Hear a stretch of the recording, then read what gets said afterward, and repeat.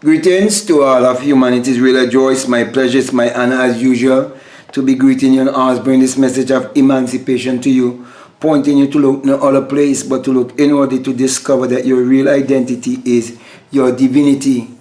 And that is why I want to speak to you today concerning the message of Neville Goddard and the messages of Myles Munroe. And I would have done a video about Myles Munroe before on my other channel. And if you're interested in that video, I can always send it to you if you would comment or you would link me up on and or email me, I should say. Okay? But the point I really want to get across to you also, and I think I would have said it in another video also concerning Myles Munroe, how he would have known the truth, but he couldn't come out and tell his church folks the whole truth. And that's what many preachers are doing when they come to know the real truth about the Bible, how the Bible addresses the human mind and must be interpreted psychologically. That the Bible is not literal, neither is it secular history, and that the Bible is written symbolically, and it have no reference to anyone who existed thousands of years ago or to any actual event that would have taken place on earth thousands of years ago. From the beginning to the ending of the Bible, it's all a great psychological drama. It all have to do with the human psyche. That is why when you listen to Myles Munroe, you realize that everything that he's saying, that it is the expression of a thought. And a word is a thought expressed.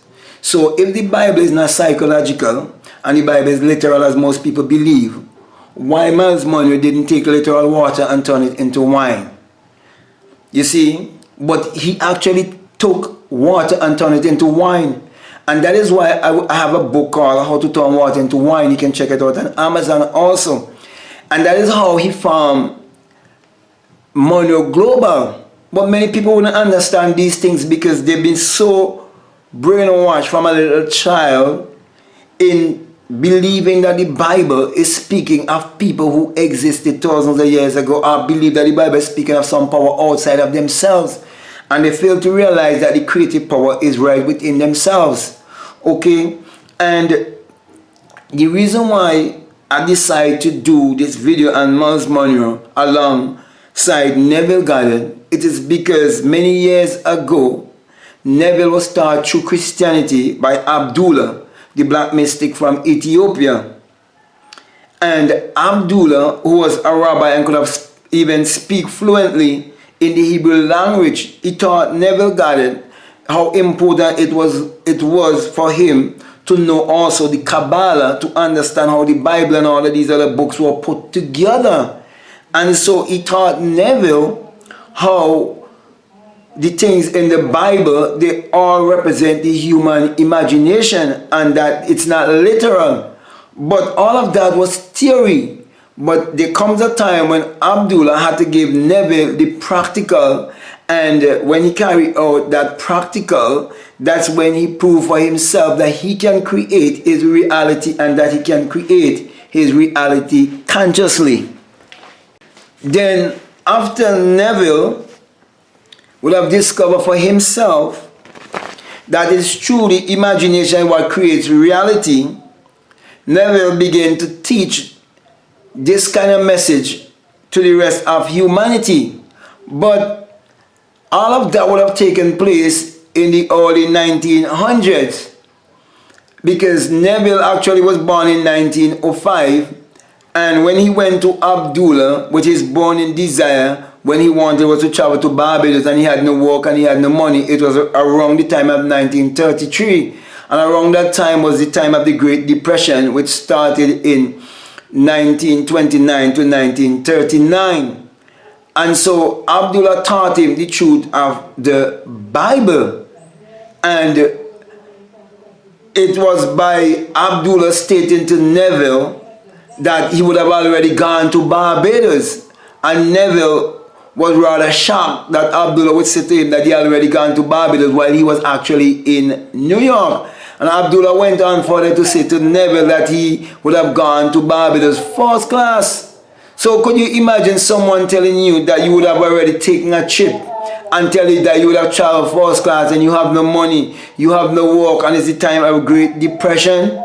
But then because Neville respect Abdullah and learn a lot from Abdullah, he was willing to do what Abdullah would have instructed him to do. So Abdullah told him to go and sleep in his imagination every night while he was residing in New York, as if he was sleeping in his mother's home in Barbados. And when he walked the streets of New York, to see himself in his imagination as if he's walking the streets of Barbados.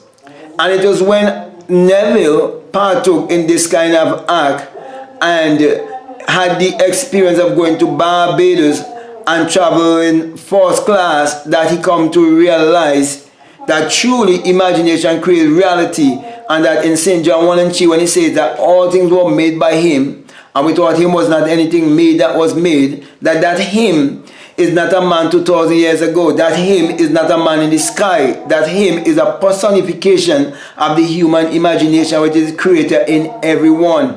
That is why, my brother and my sisters, everything in this world, it was first a thought, it was first an idea, it was first imagined. Some people will ask to create the sun, the moon, the stars, and all of these things. Now, if you believe a word is a thought expressed, and the Bible tells you God said, let there be, and there was, that is a thought expressed also. And if you say God says, who is this God who says? So you're saying God can speak? If God can speak and you can speak, then he makes you one with God also. So because we are the only one who can speak, we are the only one who been given mind and speech. And that is why animal has everything that you have except mind and speech. And when you do not create for yourself consciously, you're living at the level of the animals. But my point I want to get across to you is that anyone with an open mind who would listen to the messages of Myles Munroe from when he actually started in Christianity to when he started to teach otherwise, you would realize he would have discovered something, but he couldn't come out and tell his congregation or tell the world, because many of these preachers don't want to come out and say that they were wrong. I know of a preacher who came out and said to his whole congregation that he was wrong. I think his name is Carlton Pearson. And he ended up with nothing. He lost everything because he told them the truth.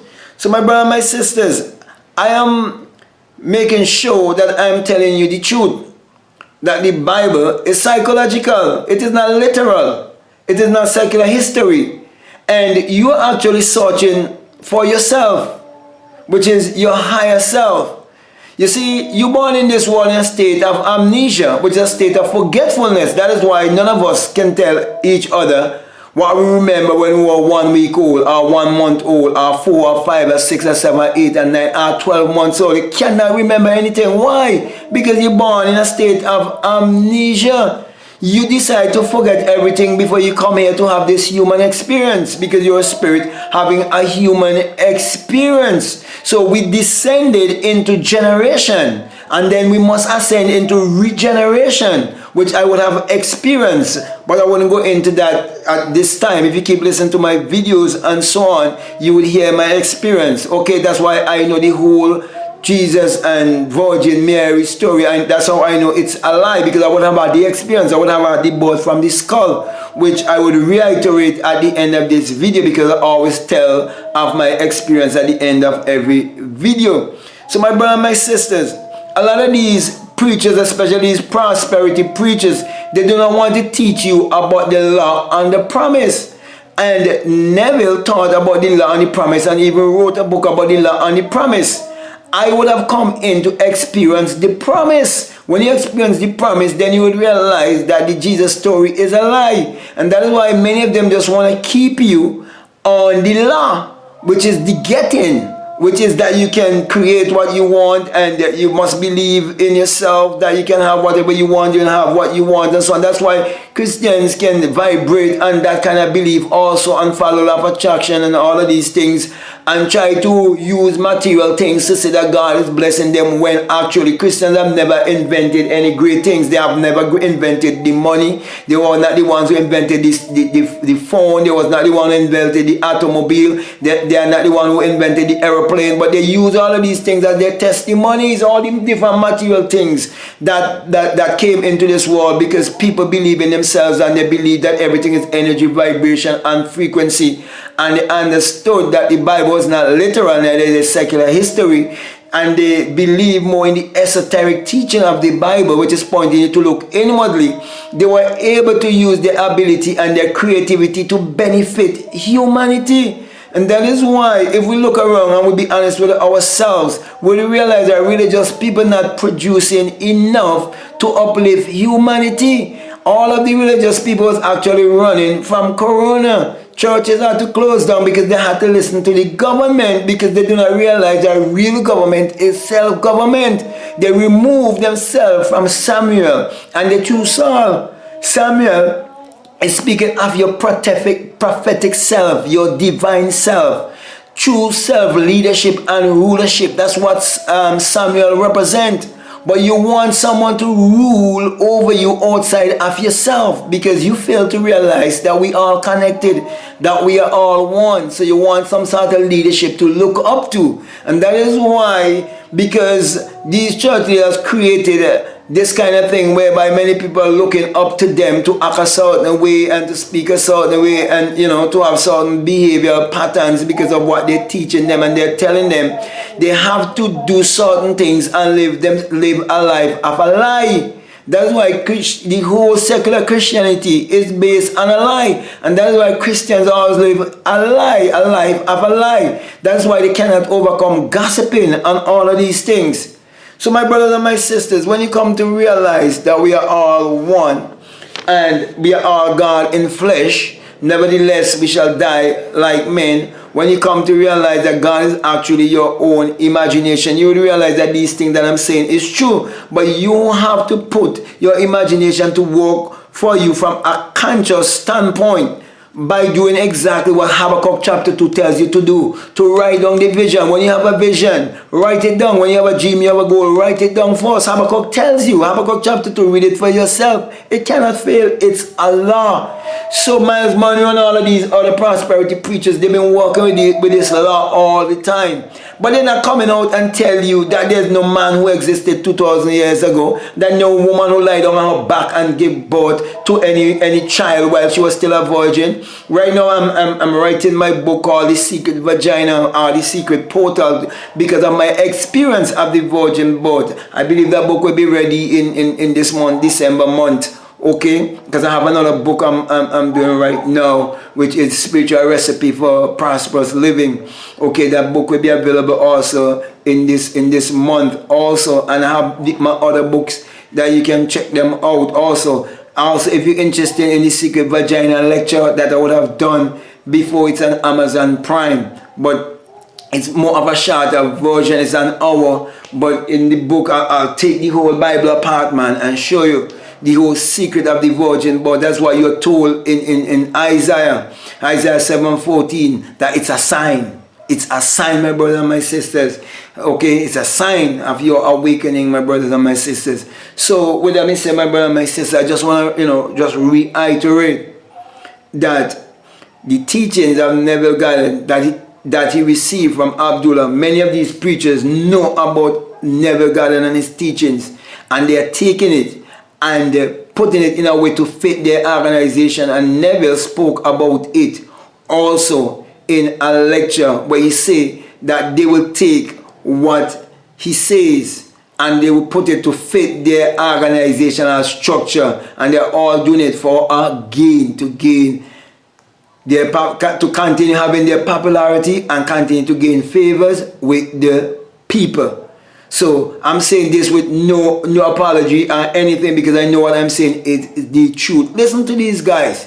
Myles Munroe, I think I'll do one and Copeland too, and so on.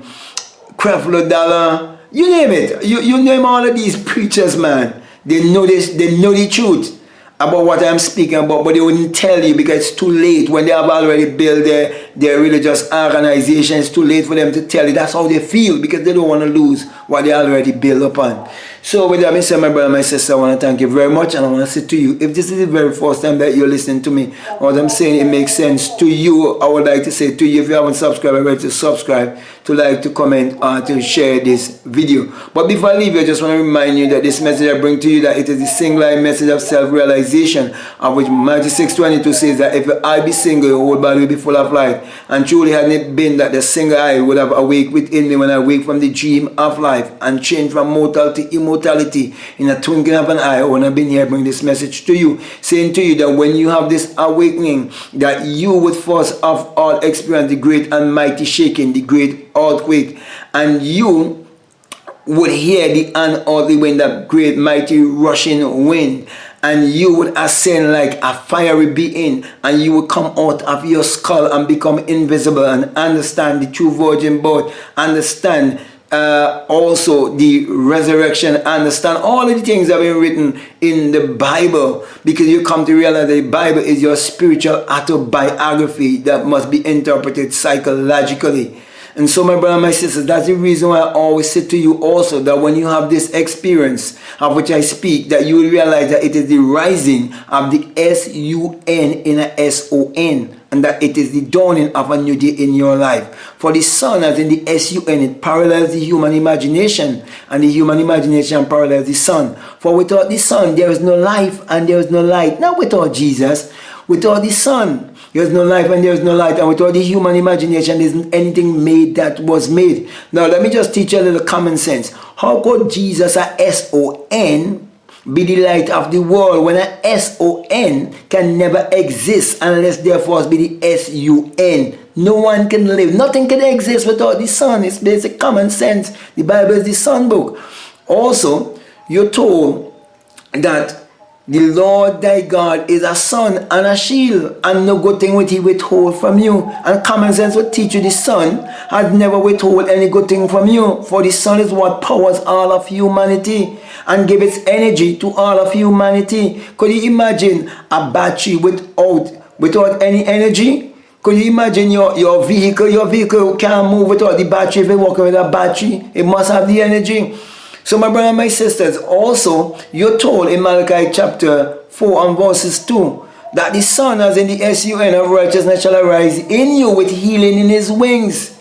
And my brother and my sisters, when the sun has risen in me, that's the reason why I'm bringing healing to all of humanity, pointing each and every one to look inwardly and saying to each and every one to use your mind power, which is your solar power, your sun power, your God power, your creative power, which is actually the sexual power. Use that power to achieve your every desire. For that was the message that was taught to Neville Goddard by our ancestor Abdullah, that have been stolen by many prosperity preachers and lying in the name of Jesus to continue their work of keeping the people brainwashed and deceived. So with that being said, I want to say peace, love you all, I'm out.